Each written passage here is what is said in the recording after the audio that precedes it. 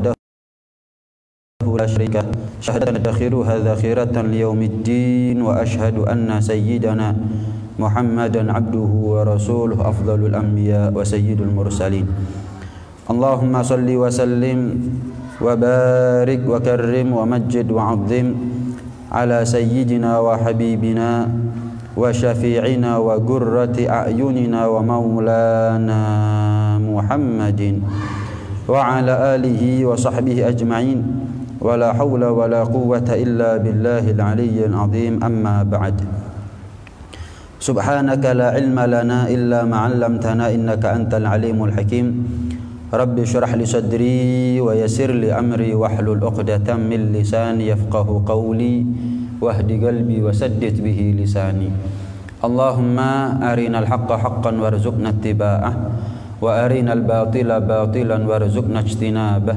واجعلنا من الذين يستمعون القول فيتبعون أحسنه نويت التعلم والتعليم والتذكر والتذكير والنفع والانتفاع والإفادة والاستفادة والحث على التمسك بكتاب الله وسنة رسوله والدعاء إلى الهدى والدلالة على الخير ابتغاء وجه الله ومرضاته وقربه وثوابه سبحانه وتعالى وصلى الله على سيدنا محمد وعلى آله وصحبه وسلم والحمد لله رب العالمين السلام عليكم ورحمة الله وبركاته. Melanjutkan pengajian kitab Risalatul Jami'ah karya Al-Habib Ahmad bin Zain Al-Habsyi yang mudah-mudahan sebagaimana Allah ridai beliau, Allah ridai kita semuanya. Babul Haji wal Umrah, masih dalam pembahasan tentang bab berkenaan dengan ibadah haji dan umrah. Wa ammal hajju, dan adapun ibadah haji, fahuwa khamisu arkanil Islam.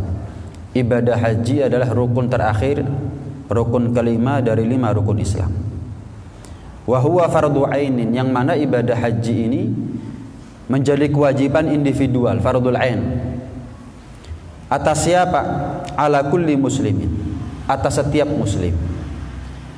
Mukallafin, baligh dan berakal. Mukallaf itu baligh dan berakal. Hurrin, merdeka. Jadi ibadah haji ini ada kalanya hukumnya wajib, fardul ain. Kapan itu? Muslim, mukallaf, merdeka, dan mampu. Ada kalanya ibadah haji ini hukumnya sunnah. Bagi siapa? Semisal seperti anak kecil. Anak kecil itu misal dihajikan sama orang tuanya, berangkat bersama orang tuanya, dibiayai oleh orang tuanya, maka pahala haji yang Allah berikan kepada anak tersebut pahala sunnah. Artinya apa? Nanti ketika dewasa, anak tersebut kapan mampu, punya biaya untuk melaksanakan haji, maka dia wajib melaksanakan haji lagi. Hajinya dia di masa kanak-kanaknya tidak menggugurkan kewajiban hajinya dia. Jadi hukumnya adalah sunnah. Ya, hukumnya adalah sunnah. Nanti yang niat siapa? Ya orang tuanya, walinya. Nanti yang mewuduinya siapa? Orang tuanya. Nanti yang mengenakannya pakaian ihram siapa? Orang tuanya. Nanti yang nuntun dia ketika sa'i bagaimana? Orang tuanya.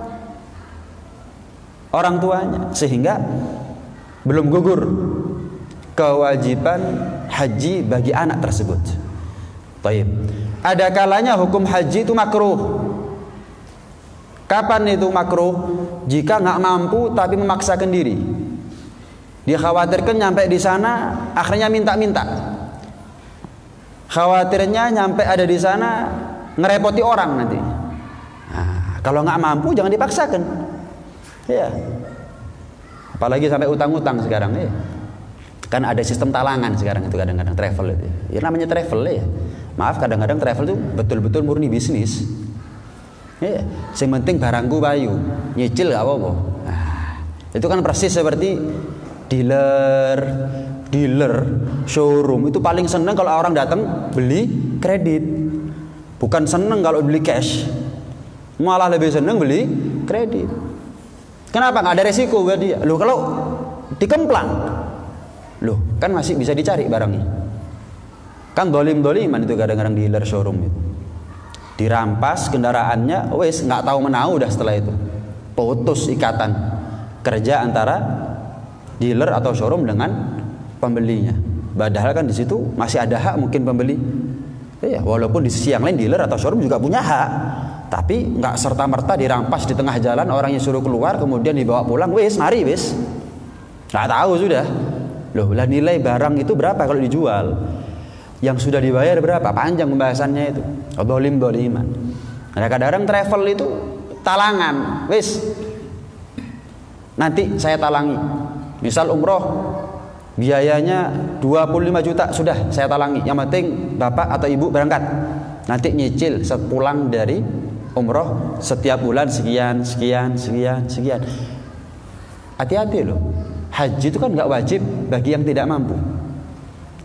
Lah kalau dia berangkat karena dana talangan dari travel, kapan pulang ternyata dia meninggal dunia, gimana ceritanya itu? Nah, karena itu nggak perlu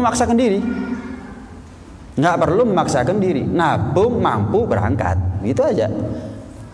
Itu urusan ibadah, apalagi urusan materi dunia, apalagi hanya untuk fasilitas rumah, fasilitas hidup, apalagi mampu beli, nggak mampu nggak usah beli. Daripada kredit mending nabung. Waduh Beb, kalau nunggu nabung Beb, nggak punya Beb rumah, nggak apa-apa. Lawan kita mati nggak nempati rumah kok. Lah anak istri gimana? Yang ngatur mereka bukan kita. Yang ngatur mereka adalah Allah. Nggak usah bingung. Memang keinginan setiap orang tua, keinginan setiap suami, kapan meninggal ada warisan untuk istri, ada warisan untuk anak. Lah pertanyaannya, yakin meninggal lebih dulu daripada istrinya dan anak-anaknya? Lah kalau ternyata istrinya meninggal lebih dulu, anaknya meninggal lebih dulu, jangan berpanjang-panjang angan. Mampu beli, kapan mampu beli syukur, nggak mampu nggak apa-apa. Lah anak istri gimana? Lo yakin dah mereka hidup setelah kita meninggal? Yakin tak kapan kita wariskan harta kepada mereka bisa menggunakannya dengan baik? Udah nggak usah bingung. Kita kan nggak ya, semuanya serba kredit. Kapan mati ninggal no kredit. Ini disita, itu disita. Ya, akhirnya anak istri bukan seneng, malah sumpek. Kenapa? Ditelepon dealer ini, ditelepon apa namanya itu, leasing, ditelepon macam-macam dah. Padahal harapannya apa? Dia bisa ngelunasi sampai dia meninggal dunia. Nggak taunya meninggal dunia duluan sebelum melunasi. Apanya? Nah, nggak usah maksa. Ibadah jangan wajib kok. Zakat nggak wajib kecuali bagi yang mampu. Haji nggak wajib kecuali bagi yang mampu. Kurban nggak sunnah kecuali bagi yang mampu. Lah ada apa urusan dunia? Untuk urusan ibadah yang kita bawa sebagai bekal matinya kita itu nggak wajib kalau nggak mampu. Lah untuk urusan dunia nggak kita bawa mati, kenapa harus maksakan diri kita ini? Ngerepoti awak itu namanya. Bikin susah dirinya sendiri. Wis tenang aja ngadepi hidup. Ya, daripada melek motor sih dibingung cicilan. Melek motor cicilan, kesel cicilan. Ya Allah, sudah tenang aja seharusnya. Orang dulu nggak ada cicilan juga punya rumah kok. Orang tuanya kita itu punya tanah, bukan punya rumah, punya tanah. Anak masih dapat warisan tanah itu. Kita, ya Allah, jangan-jangan mewariskan cicilan sama anak. Udah, hati-hati lo, utang lo ini. Utang ini berat lo. Nabi itu nggak mau nyolati sahabat yang masih punya utang itu. Bayangkan. Pertanyaannya kalau kita meninggal dunia masih punya utang, siapa yang mau ngelunasi utangnya kita? Siapa yang mau ngelunasi utangnya kita? Belum tentu orang yang kaya, saudaranya kita mau ngelunasi utangnya kita. Anaknya kita walaupun mampu belum tentu mau ngelunasi utangnya orang tuanya. Dan termasuk birrul walidain, bakti kepada orang tua adalah ketika anak mau sudi berkenan untuk melunasi utangnya orang tuanya. Nah itu jangan menyusah diri, apalagi susahnya kita nular menjadi susahnya anak istrinya kita. Kesian mereka. Mending kapan kita mati nggak punya rumah, nggak punya warisan, tapi nggak punya utang. Itu mending buat mereka daripada ngeledek. Rumah megah, kendaraan mewah, fasilitas lengkap, kapan mati utang kabeh. Ditelepon sana, ditelepon sini, dikejar sana, dikejar sini. Dari mana mereka harus melunasi utang? Hidupnya kita sama mereka belum tentu bisa ngasih seneng. Kapan matinya kita malah ngerepoti. Udah. Jadi mau nggak mau, lu kan halal, iya halal. Permasalahannya kita tahu nggak sampai kapan kita bisa melunasi utang itu. Kalau kita tahu ajalnya kita kapan, nggak ada masalah. Kalau kita tahu rezekinya kita berapa, nggak ada masalah. Ini penting ya, penting. Memang sudah menjadi lumrah sih. Kredit ini sudah menjadi lumrah. Ini belum berkaitan sama hukum ya. Belum berkaitan sama hukum. Kalau hukumnya begini bagaimana? Kalau sistemnya begini bagaimana? Kalau akadnya begini bagaimana? Kalau transaksinya begini bagaimana? Kalau kita tanda tangan MOU ada poin-poin seperti ini bagaimana? Macam-macam. Belum masalah syubhat dan haramnya itu. Ini masih bicara tentang lah ya kalau saya mati ini nasibnya saya di akhirat gimana? Nabi itu nggak mau nyolati, bayangkan. Lagi kita ini nggak mungkin disolati sama Nabi. Nah itu permasalahan itu. Itu permasalahan penting. Nah, ada kalanya hukum haji itu haram. Seperti siapa? Perempuan yang tidak didampingi mahram atau tidak didampingi oleh perempuan-perempuan yang lain. Perempuan-perempuan yang terpercaya. Perempuan itu bisa haji tidak wajib didampingi mahram. Boleh sendirian, tapi harus ada pendamping perempuan yang lain minimal 3 orang, 4 orang sama dia. Jelas ya? Misal ada perempuan punya dana untuk ibadah haji, punya kemampuan materi untuk ibadah haji. Cuman kalau dia berangkat dia harus sendiri, nggak bisa, nggak ada orang yang dia kenal untuk mendampingi dia, membarengi dia mulai berangkat sampai pulang ke rumah, nggak ada, nggak wajib. Uangnya miliaran kalau perlu. Tapi kalau saya berangkat ini nggak ada yang bisa dampingi saya. Gimana? Nggak wajib. Misal kalau ada seperti itu ya. Cuman kalau sekarang ya rata-rata pasti ada pendampingnya. Pasti ada dari pihak travel yang mendampingi untuk perempuan sendiri, untuk laki sendiri. Kemudian kan pasti ada rombongan. Secara umum kan begitu. Nah, tapi misal dia punya kemampuan materi, punya kemampuan fisik, tapi nggak ada pendamping. Dia kalau mau berangkat sendirian, naik pesawat sendiri, masuk bandara sendiri, usung-usung tas sendiri, masuk hotel sendiri. Wah, nggak wajib, nggak wajib, nggak wajib. Lah kalau nggak wajib, apakah boleh dia memaksakan diri untuk berangkat? Kalau dilarang sama suami, ya nggak boleh. Tapi kalau tidak dilarang oleh suami dan yakin kalau dia berangkat sendiri nggak ada fitnah, dia yakin kalau dia berangkat sendiri nggak ada fitnah. Kenapa? Umurnya sudah 60, 70 misal, nggak dilirik sama orang. Yakin nggak ada fitnah, boleh. Tapi tidak wajib. Artinya syariat tidak memaksa dia wajib berangkat. Atasan nggak dilirik uang, gelem budal, nggak dipaksa. Sekiranya nggak ada fitnah, boleh dia berangkat. Itu gambarannya. Jadi ada kalanya wajib, ada kalanya sunnah, ada kalanya makruh, ada kalanya haram. Baik, kita bahas syarat wajib seseorang itu untuk melakukan ibadah haji. Kapan sih kita ini wajib untuk melaksanakan haji? Yang pertama adalah sifat muslim. Non muslim nggak wajib melaksanakan ibadah haji. Mau kafir asli ataupun murtad. Kafir asli nggak wajib melaksanakan ibadah haji. Kalau ada kafir masuk agama Islam, mu'allaf, kok mampu dia melaksanakan ibadah haji? Ya wajib dia haji. Ketika kafir mampu, ketika dia mu'allaf dibuang sama orang tuanya, diusir, terlunta-lunta hidupnya di jalan, nggak mampu. Padahal waktu dia kafir mampu, ya nggak wajib qadha. Lawang memang mampunya ketika kafirnya. Kalau mampunya ketika Islamnya wajib. Beda halnya dengan murtad. Na'udzubillah min dzalik. Murtad 10 tahun. Sebelum murtad masih ketika dia agamanya Islam nggak mampu. Ketika murtad 10 tahun mampu jadi orang kaya. Kapan masuk agama Islam lagi dia kok masih mampu? Ya dia wajib melaksanakan ibadah haji sebagai qadha atas kemurtadan dia 10 tahun. Berapa kali? Ya sekali. Ibadah haji hanya wajib sekali seumur hidup. Sebelum murtad nggak mampu, kapan murtad kaya, kapan masuk Islam balik melarat lagi. Iya, balik melarat lagi. Bagaimana hukumnya? Dia ada kewajiban utang berarti untuk melaksanakan ibadah haji. Utang berarti. Sama, zakat juga begitu. Waktu dia muslim melarat, miskin, nggak wajib menunaikan zakat. Waktu dia murtad 10 tahun misalkan kaya dia.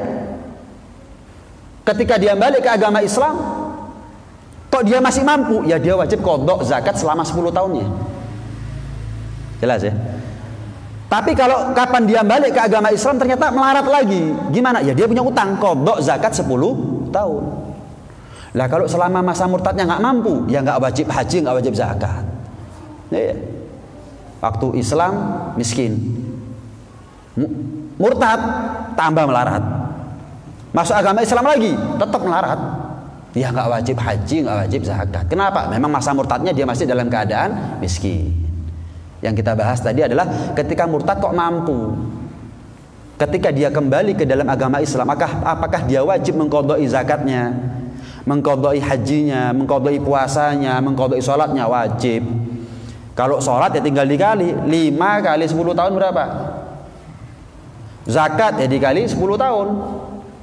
Kalau haji sekali. Karena memang kewajiban dasar dari haji hanya sekali fil umri marrah. Ya, sekali seumur hidup. Nah, beruntung ya kita punya agama Islam ini. Alhamdulillah. Alhamdulillah, ada orang tuh masuk agama Islam setelah sekian tahun dia mencari kebenaran. Mencari kebenaran. Dapat hidayah dia oleh Allah. Alhamdulillah kita ini punya orang tua muslim muslimah, mukmin mukminah, sehingga kita terlahir nggak perlu susah payah untuk mendapatkan hidayah dari Allah Subhanahu wa taala. Hidayah terbesar itu adalah hidayah memeluk agama Islam. Ini perlu kita syukuri. Tidak ada nikmat yang lebih mahal daripada nikmat iman dan Islam. Itu nikmat paling mahal. Jangan sampai kita syukur sama hal-hal yang remeh, nikmat-nikmat yang kecil, walaupun sebetulnya nggak ada nikmat yang kecil ya. Cuman kalau dibandingkan nikmat iman dan Islam, ya semua nikmat itu menjadi kecil. Nggak ada nikmat dari Allah kecil itu nggak ada.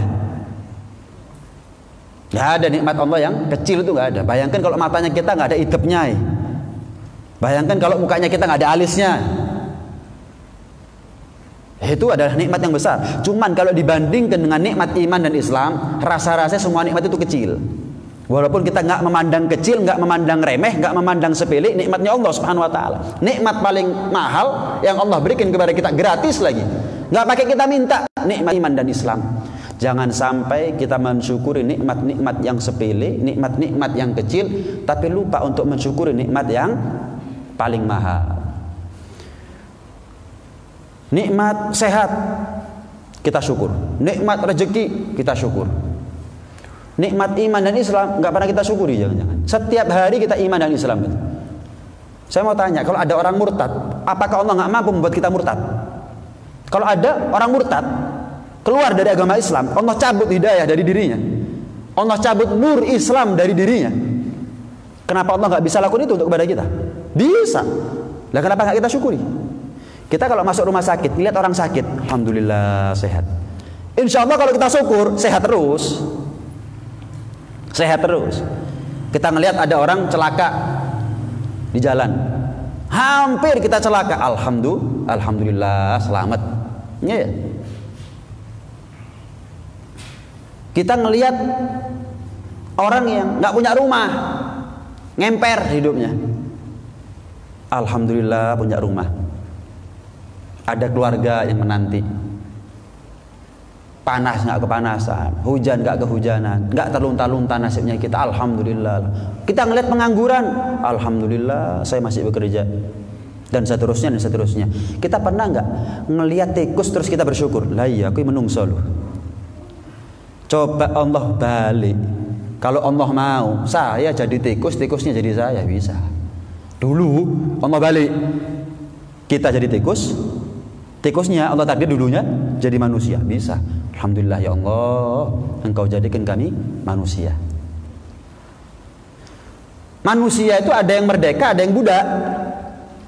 Alhamdulillah saya ini nggak jadi keturunannya budak. Saya ini keturunannya orang merdeka 7 turunan. Alhamdulillah. Pernah, itu nikmat. Apa artinya kalau kita ini merdeka, manusia, dapat rezeki sehat walafiat, punya rumah dan seterusnya, kalau ternyata kita bukan muslim. Ngelihat hewan harusnya kita syukur, alhamdulillah saya manusia. Sebagaimana kita ngelihat orang sakit, alhamdulillah saya dikasih sehat. Kita ngelihat orang sakit, kita sehat, alhamdulillah. Kita ngelihat binatang, kok nggak pernah berpikir sebaliknya, alhamdulillah aku menungso. Kita ngelihat ada orang pengangguran, kita dapat rezeki, alhamdulillah, bagus. Cuma pernah nggak kita ngelihat orang kafir masuk tempat agama mereka, tempat ibadah mereka, kemudian kita berpikir sebaliknya, lah iya, saya ini muslim loh. Kalau Allah mau balik keadaan saya, sangat sanggup, sangat bisa Allah ini. Alhamdulillah. Kalau kita syukur atas nikmat iman dan Islam, dijaga nikmat iman Islam dengan kita. Kita kan enggak, kita dikasih sehat, syukur, dikasih rumah, syukur, dikasih jodoh, syukur, dikasih anak, syukur. Menjadi manusia nggak pernah kita syukuri. Menjadi merdeka nggak pernah kita syukuri. Menjadi muslim nggak pernah kita syukuri.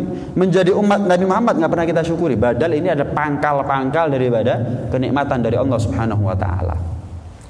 Kita ini kalau ingin dijaga iman dan Islamnya kita oleh Allah, setiap selesai sholat maghrib, sholat ba'diyah maghrib, itu baca di rakaat pertama setelah Fatihah qul ya ayyuhal kafirun. Kemudian di rakaat kedua setelah Fatihah baca qul huwallahu ahad. Ya. Kemudian setelah salam baca doa. Diawali dengan basmalah, hamdalah, sholawat, kemudian baca doa ya muqallibal qulub tsabbit qalbi ala dinik. Dibaca sebanyak 3 kali. Ya muqallibal qulub tsabbit qalbi ala dinik. Diakhiri dengan hamdalah dan sholawat. Wis. Ini kan amalan ini. Perlu untuk kita lakukan. Bisa juga dengan melakukan sholat awwabin, sholat setelah ba'diyah maghrib. Maghrib 3 rakaat, ba'diyah maghrib 2 rakaat, sholat lagi antara 2 sampai 6 rakaat. Boleh 2, boleh 4, boleh 6 rakaat. Minimal 2, maksimal 6 rakaat, bebas. Setelah Fatihah rakaat pertama baca ayat kursi, kemudian Al-Ikhlas, Al-Falaq dan An-Nas. Rakaat pertama. Setelah Fatihah ayat kursi, Al-Ikhlas, Al-Falaq, An-Nas. Begitu juga dengan rakaat kedua, sama. Setelah Fatihah, ayat kursi, Al-Ikhlas, Al-Falaq, An-Nas. Setelah salam, baca doa. Agak sedikit panjang doanya. Setelah basmalah, hamdalah, sholawat, baca Allahumma inna nastahfiduka wa nastaudiuka ajyanana wa imanana fahfadhuma alaina fi hayatina wa inda wafatina wa ba'da mamatina innaka ala kulli syai'in qadir. Dibaca 3 kali. Allahumma inna nastahfiduka wa nastaudiuka ajyanana wa imanana fahfadhuma alaina fi hayatina wa inda wafatina wa ba'da mamatina innaka ala kulli syai'in qadir. Diakhiri dengan sholawat dan hamdalah.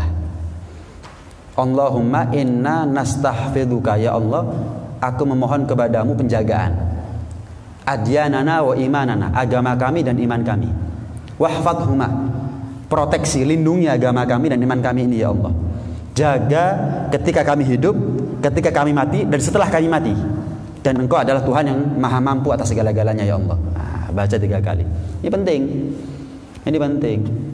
Insya Allah kalau saya kasih amalan ngelancarno rezeki, jenengan apal ini. Besok langsung jamal. Jaga iman, beb, gampang sih beb. Jenengan punya utang, punya beb, kepingin lunas, kepingin beb. Saya kasih amalan ya, waduh, ngutokno pulpen, ngutokno catatan. Coba ulangi beb, nggak apal beb. Saya ulangi misalnya, nanti pulang ada yang nyegat itu, beb, saya nggak apal sih beb. Coba beb direkam beb. Nikmat iman dan Islam. Ayo kita jaga-jaga, kita lindungi. Ya wes, gini sudah kita. Seolah-olah lunas utang itu lebih penting, lancarnya rezeki itu lebih penting daripada jaga iman dan Islam. Itulah kita. Nyetrumnya kita ini masih ke situ masih. Ibarat HP itu kan ada listriknya. Tapi kalau nggak dicolok ke apa namanya itu, stop kontak ya nggak mungkin HP itu bisa apa namanya tambah dayanya. Kita ini punya setrum untuk kuat iman, untuk jaga iman, ada setrumnya, mek gak dimanfaatno. Itu aja kita ini. Contoh nih, untuk ngelancarno rezeki, ada setrumnya apa? Baca waqiah setiap hari. Cuman nggak dicolokno. Coba kita baca waqiah setiap hari, beres urusan. Jangan tidur setelah subuh sampai terbit matahari. Itu setrum sudah.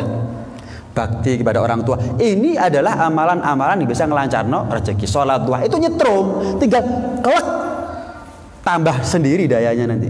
Tahu-tahu 100%. Iman juga begitu. Sholat ba'da maghrib amalkan begini. Sholat awabin amalkan begini. Itu setrum. Disediakan fasilitasnya. Kabelnya HP ada, colokannya juga ada, listriknya juga ada. Cuman kalau kita nggak nyolok ya percuma. Nggak mungkin dijajarno sampai stop kontak moro-moro tambah sendiri dayanya. Harus dicolok. Nah, wes tinggal sudah aman. Tambah sendiri nanti dayanya, tambah kuat. Begitulah kita. Apa yang kita khawatirkan ada semuanya solusinya. Cuman kita ini nggak mau berupaya. Setiap kita ngaji pokoknya barokah. Wis ikut tok sini golek. Setiap kita belajar ilmu agama, wis pokoknya barokah. Nggak ada saya harus ngamalkan ilmu. Saya harus ngambil manfaatnya. Dengan apa kita mendapatkan manfaat dari ilmu? Ya praktek, ya amal. Saya ini percuma ngomong gedabrus mulai awal sampai akhir kalau saya nggak ngamalkan ilmu. Percuma.